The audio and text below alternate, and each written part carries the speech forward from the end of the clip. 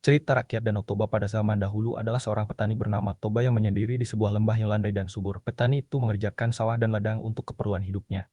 Selain mengerjakan ladangnya, kadang-kadang lelaki itu pergi memancing ikan ke sungai yang berada tak jauh dari rumahnya. Setiap kali dia memancing, mudah saja ikan didapatnya karena di sungai yang jernih itu memang banyak sekali ikan. Bahkan hasil pancingannya dia masak untuk dimakan. Pada suatu sore, setelah pulang dari ladang, lelaki itu langsung pergi ke sungai untuk memancing. Tidak berapa lama tiba-tiba panci itu disambar ikan yang langsung menarik panci itu jauh ke tengah sungai. Hati petani itu menjadi gembira karena dia tahu bahwa ikan yang menyambar pancinya itu adalah ikan yang besar. Setelah beberapa lama dia biarkan pancingnya ditarik ikan itu ke sana kemari, barulah pancing itu ditariknya perlahan-lahan. Ketika pancing itu disentakkannya, tampaklah seekor ikan besar tergantung dan menggelepar. Gelepar di ujung tali pancingnya. Dengan cepat ikan itu ditariknya ke darat supaya tidak lepas. Sambil tersenyum gembira mata pancingnya dia lepas dan mulut ikan itu.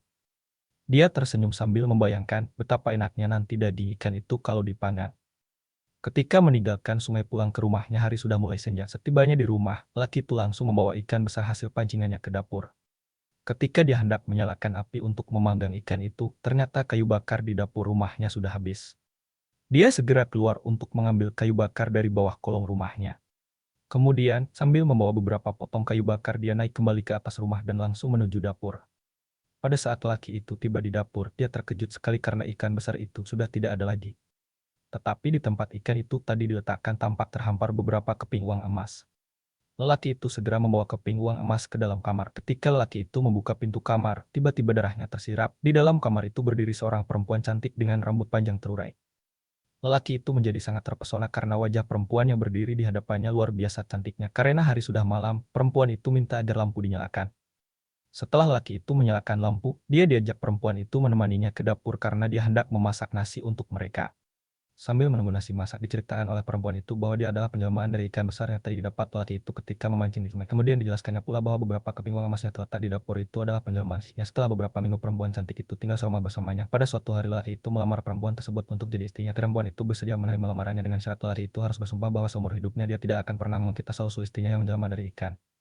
Setelah lelaki itu bersumpah demikian, kawinlah mereka. Setahun kemudian, mereka dikaruniai seorang anak laki-laki yang mereka beri nama Samosir. Anak itu sangat dimanjakan ibunya yang mengakibatkan anak itu bertabiat kurang baik dan pemalas. Setelah cukup besar, anak itu disuruh ibunya mengantar nasi setiap hari untuk ayahnya yang bekerja di ladang. Namun, sering dia menolak mengerjakan tugas itu sehingga terpaksalah ibunya yang mengantarkan nasi ke ladang. Suatu hari, anak itu disuruh ibunya lagi mengantarkan nasi ke ladang untuk ayahnya. Mulanya dia menolak. Akan tetapi, karena terus dipaksa ibunya, dengan kesal pergilah dia mengantarkan nasi itu. Di tengah jalan, sebagian besar nasi dan lauk pauknya dia makan.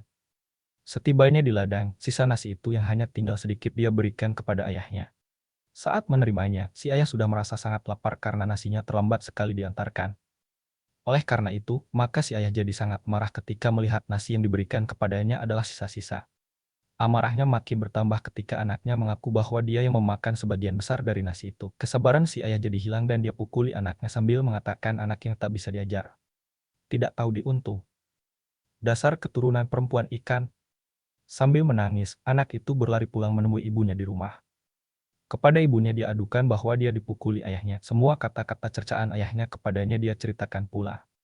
Mendengar cerita anaknya itu, si ibu sedih sekali, terutama karena suaminya sudah melanggar sumpahnya dengan kata-kata cercaan yang dia ucapkan kepada anaknya itu. Si ibu menyuruh anaknya agar segera pergi mendaki bukit yang terletak tidak begitu jauh dari rumah mereka dan memanjat pohon kayu tertinggi yang terdapat di puncak bukit itu. Tanpa bertanya lagi, si anak segera melakukan perintah ibunya itu. Dia berlari-lari menuju ke bukit tersebut dan mendakinya. Ketika tampak oleh si ibu, anaknya sudah hampir sampai ke puncak pohon kayu yang dipanjatnya di atas bukit. Dia pun berlari menuju sungai yang tidak begitu jauh letaknya dari rumah mereka itu. Ketika dia tiba di tepi sungai itu, kilat menyambar disertai bunyi guruh yang menggelegar. Sesaat kemudian dia melompat ke dalam sungai dan tiba-tiba berubah menjadi seekor ikan besar. Pada saat yang sama, sungai itu pun banjir besar dan turun pula hujan yang sangat lebat. Beberapa waktu kemudian, air sungai itu sudah meluap kemana-mana dan tergenanglah lembah tempat sungai itu mengalir. Pak Tobat tak bisa menyelamatkan dirinya, ia mati tenggelam oleh genangan air. Lama-kelamaan, genangan air itu semakin luas dan berubah menjadi danau yang sangat besar yang di kemudian hari dinamakan orang Danau Toba. Sedang pulau kecil di tengah-tengahnya diberi nama Pulau Samosir.